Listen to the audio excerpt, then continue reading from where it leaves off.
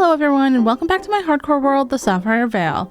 Last time we upgraded our crop fields from basic to beautiful with this amazing cozy farm. And in today's video, I want to continue our journey of automating resources. So we'll be building up some easy and essential early game farms for honeycomb, mud, flowers, sugarcane, bamboo, and there'll even be a bonus farm too. I think to really start today, I want to talk about one of my main goals for this series, which I touched on a little bit in episode 1. And my main goal is to transform the valley. And by the valley, I mean everything that you can see around us inside of it. As you can see from the map inside of our house, we have filled out a lot of stuff on the edges, like our starter house, our mine, and our farm here. But there's one pretty big, glaring, obvious thing that needs to be done here, and that's the village. And taking a look at this in real blocks here, I'd love to start this project today, but I don't think we're quite ready yet. I do have an idea of how we can get to the point where we are ready though, and that's what we're going to work on today. Because I think if we spend some time getting some resources automated, when we go to transform this village, it'll be a lot easier of a project. So I spent some time thinking about what resources are going to be the most helpful to automate today, and here's what I came up with. I want to automate honeycomb, sugarcane, flowers, especially daisies, bamboo, and mud. And I feel like these few things are really going to help round out all the materials that we already have, because we've already got iron, we've already got melons and pumpkins, we've already got wool, and flowers, sugarcane, bamboo, all that's going to be useful while we're building the village. And I guess we don't really need this little mini farm anymore, so we could probably tear this down really quick, but that's my plan for today. Today is basically a getting ready for a big project episode.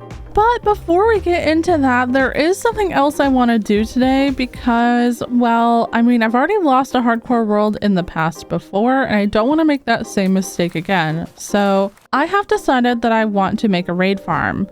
And I've already got all the materials, so I'm going to head over to the build site and I'll meet you guys there. If you've been around my channel for a while, you know that traditionally I am kind of against raid farms in hardcore Minecraft, but I decided that I would build one today with some strict limits imposed on myself. I'm only allowing myself to run this farm one time per 1,000 days in this world. Wait, I was just ending my time lapse of building the farm and there's some nautiluses over here. This is the new mob they just added to Minecraft. Oh my gosh, it's so cute.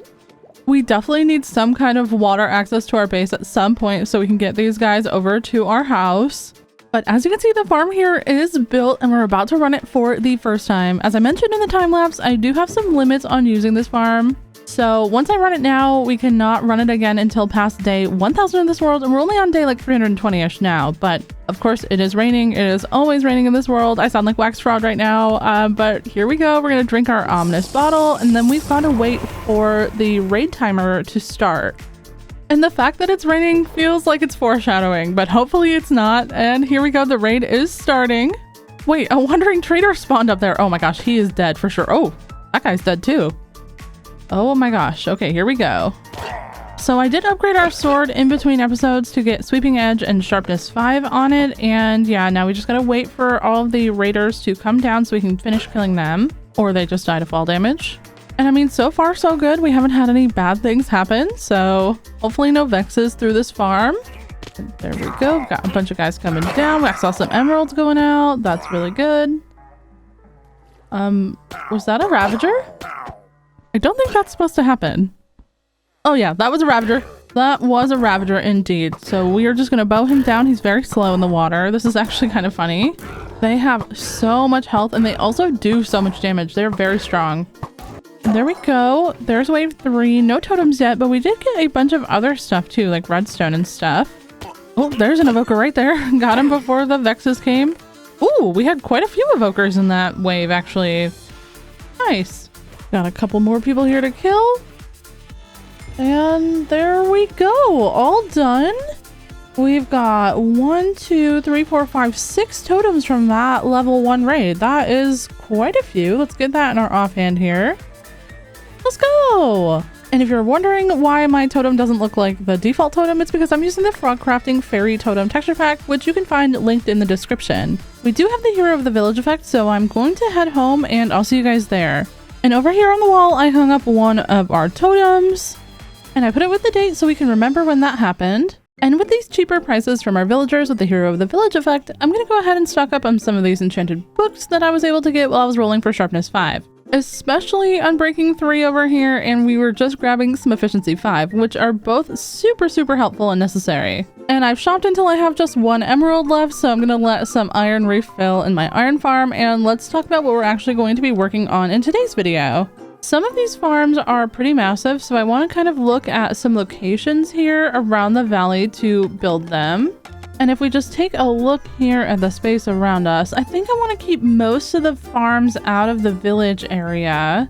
I want to reserve as much space as possible for the village, except for over there, over in this area, there's going to be a flower farm at one of these lanterns. I got to figure out which one it is. So over here, there's going to be a build incorporated into the village. And then I was thinking if we cover up this hole here, then we can put a build this way over on that side, or maybe even facing the other way. And then if we get rid of all these trees over here, like the acacia trees and stuff, I feel like this is a really good amount of space to work with as well for another build. I don't think I want to make a full build for the mud farm, but we do have the space underneath our starter house.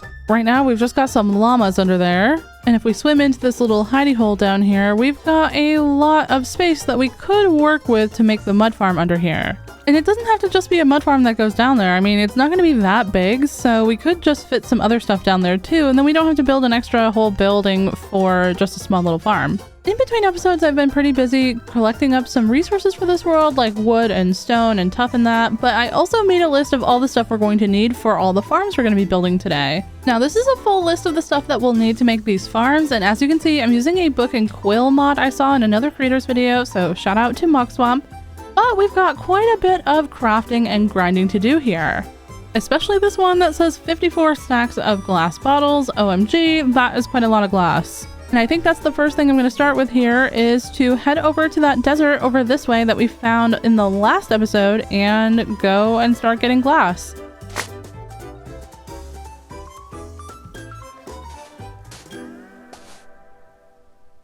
So here I am minding my own business with this full inventory and ender chest of glass, and I'm coming back from the desert, and look what I spot in the horizon.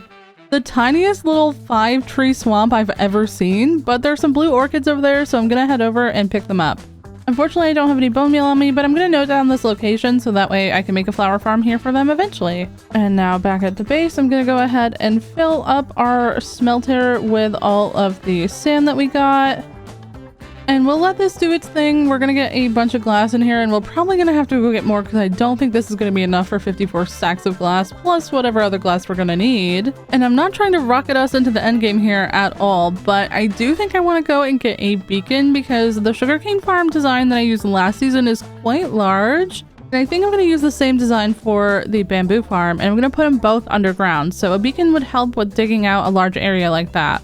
We already have one skull that we got on stream, and I haven't really explored the fortress that much, so... How's it going, Butterfingers? How you doing? Ow, okay, that was not very nice. Not very comfy, not very cozy. You're kind of a jerk. Hey, Snickers, and I think this is candy corn, yep, and we've got Skittles too. All of you guys are good? Good to hear. One day I'm gonna do something with them, but today is not that day. I don't want to spend too long in here, but I do want to go ahead and work on grabbing our 2 wither skeleton skulls that we're gonna need, but I also want to find a blaze spawner, and we can find some netherwort, hopefully, for potion brewing too. So we're gonna be here for a while, but hopefully not too long. And I'm gonna do this trick that I learned from YouTube where on the 3rd block from the bottom you place a line of blocks across, and that makes it so that wither skeletons can't follow you if you're not paying attention, that you hopefully you won't die. Like, ooh, especially right now when you're opening a chest for some treasure. Oh, here we go. We got some netherwort, which is awesome. And so far so good. I haven't gotten a skull, but I haven't died yet, so that's the important thing, right? And here you can see the little lion thingy that we made in action, so they can't get to me, but I can get to them. Oh, the rib armor trim. Let's go. We're gonna put that away. Let's speed this up a little bit because it's a little bit boring. And I found a blaze spawner, and it's horrible here, by the way.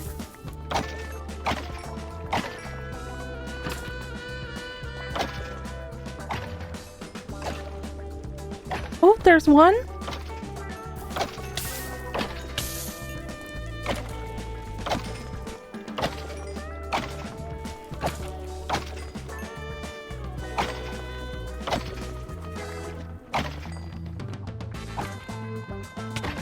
Oh, there we go. Finally, our second head. Let's go.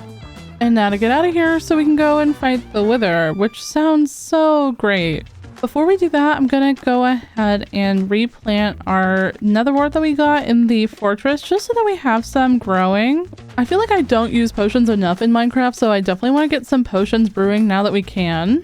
And I'm gonna start off here with a health potion just because I'm fighting the Wither and I'm a little bit scared. I mean, I know ultimately it's way easier on Java than it is on Bedrock, but I'm still a little bit nervous.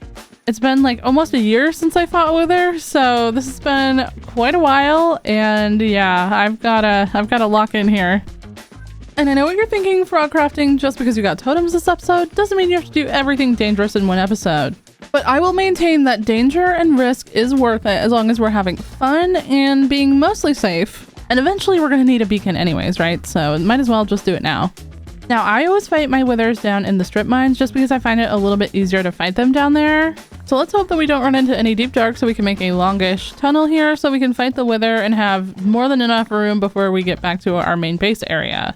But genuinely, I think this is probably more than enough space, so I'm gonna go ahead and we'll just carve out a little bit of a room here for the wither summoning thing. Place down our soul sand, and then we'll place down our skulls too. And there he is. Let's back up for the big explosion. And now you can try to fight him from afar, but I feel like it gets a little bit hard to, especially if you're trying to hit that thing with the bow and he's got like room to go up. So I usually just sword him down, but always keep track of your health while you're fighting him because the wither damage does a lot over time. But I mean, I've got protection, so I'm mostly fine. I'm just gonna try to go as quickly as possible here. Like, I've only lost 2 hearts, but if you get scared, you can always splash yourself with a potion and then go back to get the kill. And there it is. Super easy. We need some obsidian for our beacon, and I heard some lava around here, so let's try to go ahead and dig down to it. I hear it. I just can't... Oh, there it is. Okay. Well, there we go. And we do have efficiency now, but I'm not going to make you guys watch me grab this whole thing of obsidian.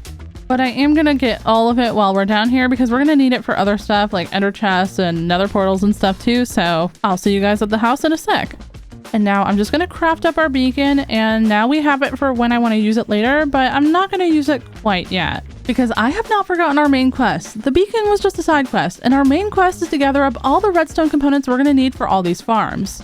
So for you guys, that means a couple of quick clips of me crafting some things. And for me, it means panicking because I'm pretty much out of redstone completely. No, I mean, seriously, this is the only 5 I have left, and that's not really going to get us that much to use. I also need some nether quartz, so I'm going to grab some of this, and then I'm probably going to plan on doing a live stream tonight. And once we're done strip mining, I'll be back tomorrow so we can continue on the episode. So see you guys tomorrow morning.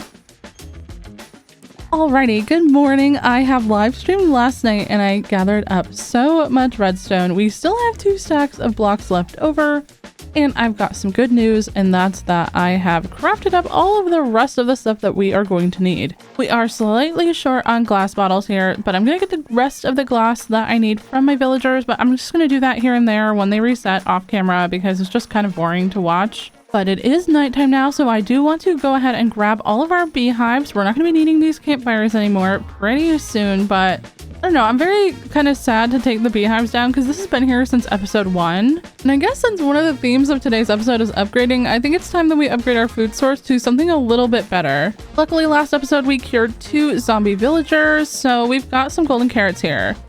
And of course, for some extra emeralds and XP, we can trade our melons and pumpkins from our farm with the villagers too. Okay, now that we've done all of this, I think we actually need to lock in this episode because those farms aren't going to build themselves. Which means that it's finally time to set up our beacon because we're going to need it in a minute. Luckily, blocks for this beacon was no problem with our amazing iron farm just going in the background all the time. And here we are at the top of the pyramid. We'll just get this all filled in, put our beacon on there. That should give us both achievements, and then we can go ahead and add some haste on there too. And now that that's set up, let's start digging behind the retaining wall.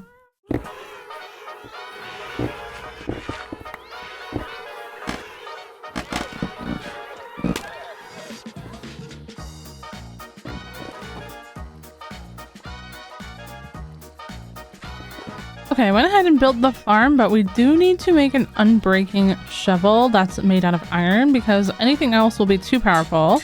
Now to demonstrate, we place a dirt right here and the machine turns it into mud using water bottles, and then we mine it and it gets collected by the hopper. And we have another part of the machine automatically refilling the dirt in our offhand, so we never run out of dirt as long as there's dirt in the machine. And this is certainly much faster than the way that I've been doing it, which is by hand. This one's not fully automatic, I guess, but it is a farm that's going to speed up making mud, which we're going to be using in the village a lot. So I'm very happy that we built this today. And don't worry too much about the decoration down here. I'm going to be doing that on a live stream, but I want to go ahead and start working on the next farm, which is going to be the flower farm. And I have never made a flower farm before, so this is going to be interesting. I have all the stuff upstairs. Let me go grab it and then we'll head over there to build.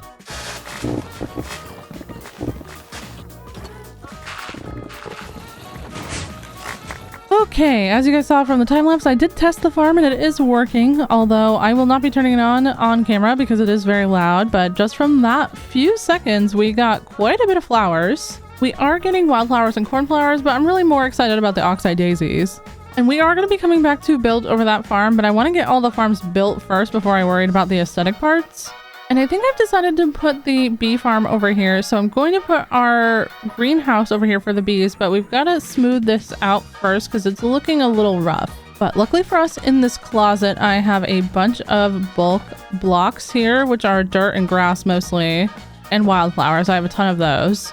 And now we can just worry about doing some chill terrain work over here. I mean, it's not really terraforming. I'm literally just laying down dirt in like a flat area, but it's terrain work, I guess. This episode feels a little bit weird to me since it's kind of like a filler episode where we get a bunch of grindy tasks done at once instead of like a main episode where everything feels like super complete. The other episodes in the series have felt really focused on completing the area that I was working on, like the mine or the farm, for instance.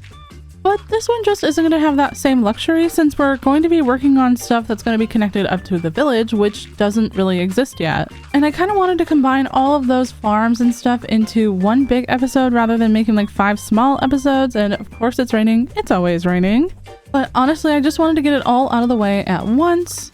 And having all these resources generating in the background, sort of like the wool and the iron, is just going to be so helpful in the long run for all the stuff we're going to do in this world. And while I was just thinking about building the greenhouse that we're going to be building here, I realized that I didn't actually smelt the copper or lay it out to age, so we're going to have to go do that. But I think this is more than enough space to give our bees an ethical place to live, so we're going to go and get the copper and get this whole process started. I laid out pretty much all the copper that I had left and fortuned it all to put into my super smelter because I was going to need a lot of it today. And as I was laying out the copper to age, I decided that while aging it down, I would go ahead and start work on the next 2 farms. So I dug out a large square hole on the other side of the starter house for the bamboo and sugarcane farms. And as always, I'll leave a link in the description for all the tutorials that I used. Now keep in mind, I did use the exact same design for the bamboo farm as the sugarcane farm because they are basically the exact same. I just made some small modifications for no water. Now next up, I do want to work on the bee farm, but we have a little bit of a problem. One, I have no glass left, and I only have like a stack and a half of sand left, maybe even less than that. Yeah, this is pretty much all I have left from earlier, and this is not going to be enough for the greenhouse walls. And I'm gonna need to make some potions because while I'm out, I might as well make a stop to get another block that's going to help us because for some reason we did not get copper walls when we got the copper age update. And maybe some of you might know where I'm going with this, but I'm gonna go somewhere in the water that I can use water breathing potions and invisibility potions to gather a very obscure block. And while we're out, we might as well do it right. So I'm gonna go get some prismarine for some walls. I actually just need 9 blocks of prismarine, but might as well just go mine a couple while we're out. So I'm gonna take a moment to get all these potions sorted. And now I've got everything that I think I'm going to need. I'm gonna carry some extra totems with me just in case, although I think I'll be fine. And I'm gonna grab a saddle out of my chest as well, just in case we find a nautilus. Raiding ocean monuments in hardcore Minecraft is one of my least favorite things, but I'm gonna head over to the one that I saw near the desert I mined that sand from earlier, so I'll see you guys there. Okay, we are here in the coral reef. Just over there is the monument, but I did see a nautilus in the water, so I want to try to grab it. But I did forget the pufferfish. Oh my gosh, I wish I brought a brush. I'm gonna have to remember that this is here and come back for this later. There is our first pufferfish right there, and there's another one right behind it. I think we can just sort it, yeah. I don't have fire aspect on my sword, so even if I did, I wouldn't cook the fish. I don't think pufferfish can be cooked, though. And here you go, little bunny. Is that going to be enough? No, of course not. All right, let me grab these ones over here, then.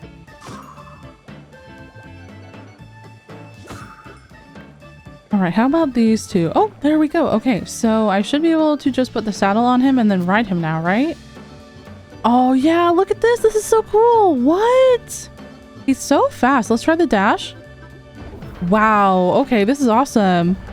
Now, I wonder if we can use this within the ocean monument. I wonder if the guardians see the Nautilus. I feel really bad that I'm going to sacrifice this guy to science, but let's take off our armor here.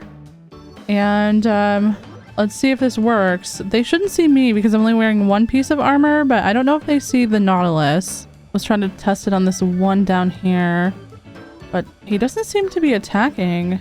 Maybe they're not hostile to the Nautilus? I don't know. I thought that they would be because they're usually hostile to like everything, but I guess not to the Nautilus. And there we go. That's 9, 10. Try to get in. Oh, well, there's mining fatigue.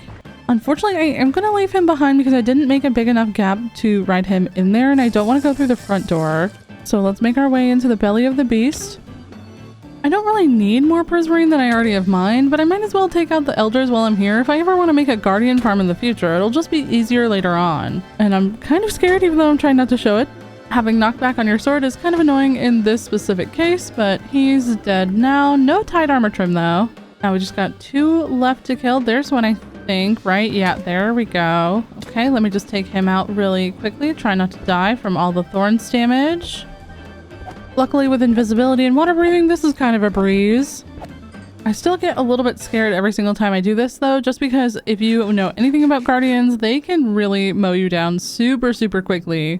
And every single time I come into this structure, I always get super lost, and I'm like, oh my gosh, I'm gonna run out, even though I have still like 5 minutes of invis left.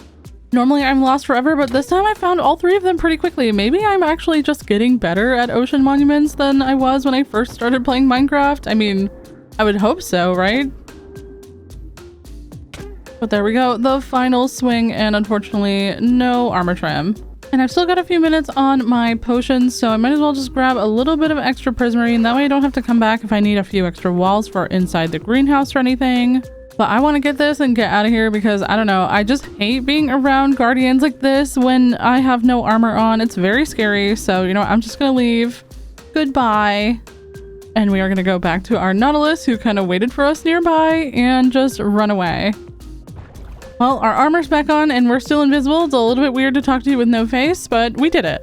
Being able to more easily explore underwater with water breathing is such a game changer with the Nautilus. I didn't really think I'd be checking this out today, but I'm so glad that I did. Unfortunately though, this is where our journey with the Nautilus ends today because we've got to get this sand grinded out so we can get back to the big grind in the valley. So I'm gonna take some time and grab as much sand as I can fit in my inventory and ender chest again. Then I'll take it back to the super smelter and get it all smelted up and dyed, and then I'll probably do a big mega time lapse of all the builds because I have all the materials that I need except for, of course, the copper and the glass. So yeah, I will see you guys back at the base in just a minute.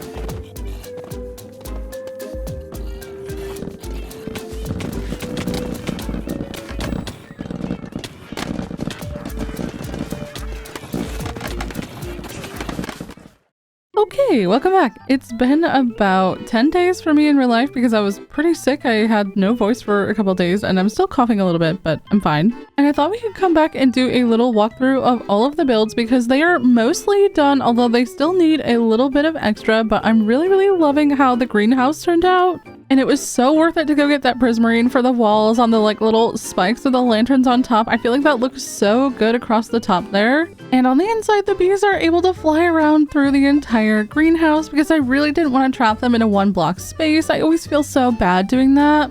I ended up deciding to make 2 identical bee farms, but one side is for honeycomb and the other side is for honey bottles. So we can easily access all the shears and everything here. And all the redstone is kind of hidden behind it.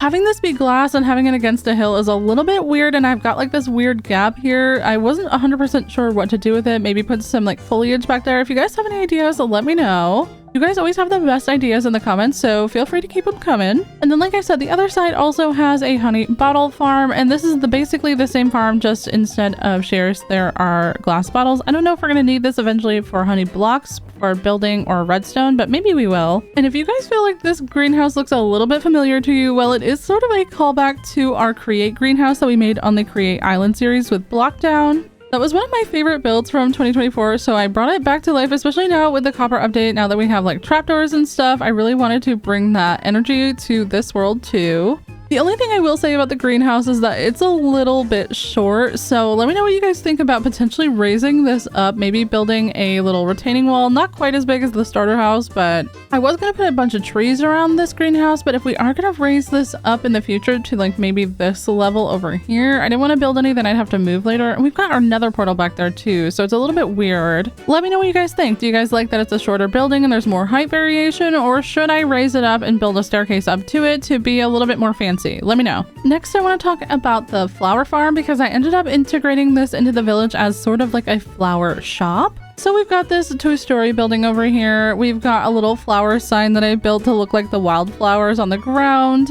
There's a little sign with flowers above the door showing what we produce here. I didn't include wheat seeds because that one's kind of an obvious. And if we click on this note block, then the farm turns on. It is super, super loud, so I don't like to show that one running on camera that much. And over on the sides to hide the redstone, I've brought in another block, which is the bamboo. This is not one that I've used in the village or any of our builds yet, but I really, really like how this looks here.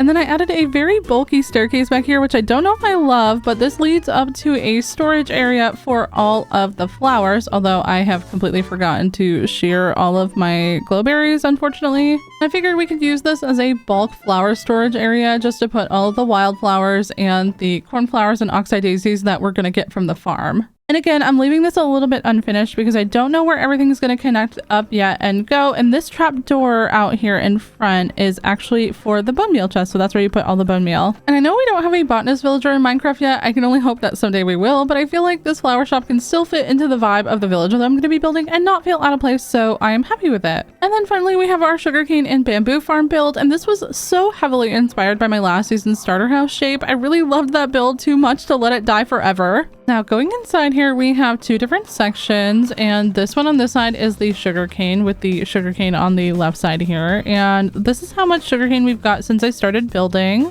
To be honest, that's not a bad amount at all. And on the bamboo side, we have a bunch of bamboo too, but I've used a bunch of it for bamboo blocks and the bamboo trapdoors. It's a small and subtle thing, but I've learned this from my friend Blockdown Builds, and just adding like a little hint of a block between the layers really is one of my favorite details. I did notice that I forgot to add the trim around the chest though, so we're just gonna do that together really, really quick. I feel like doing this sort of thing, especially when you're trying to hide a bunch of like water streams and stuff, is really, really helpful, and it just sets it apart from the rest of the room as well. Yeah, like that looks so much cleaner. Above both farms, I just want to make sure that we add a little bit of a railing here, just in case we have to go back here at any point. I don't want to like fall in. I had to swap to pale oak planks while I was doing this because I was working on adding the stripped pale oak, but I didn't even have enough to finish all the way up to the ceilings. Like I was really running out, so I've got to chop some more and get this all detailed up. And those are the basic builds, so let's go ahead and grab our map here to start getting this updated with the new builds on it. It is looking a little bit empty on the map just because it doesn't have like the pathways. It's kind of what I'm struggling with, but I just don't know exactly where I want them to go yet. But we can fix that up a little tiny bit without doing too much. So I think I'm going to take a few minutes and go ahead and build some like lampposts and do a little bit of detailing outside the builds.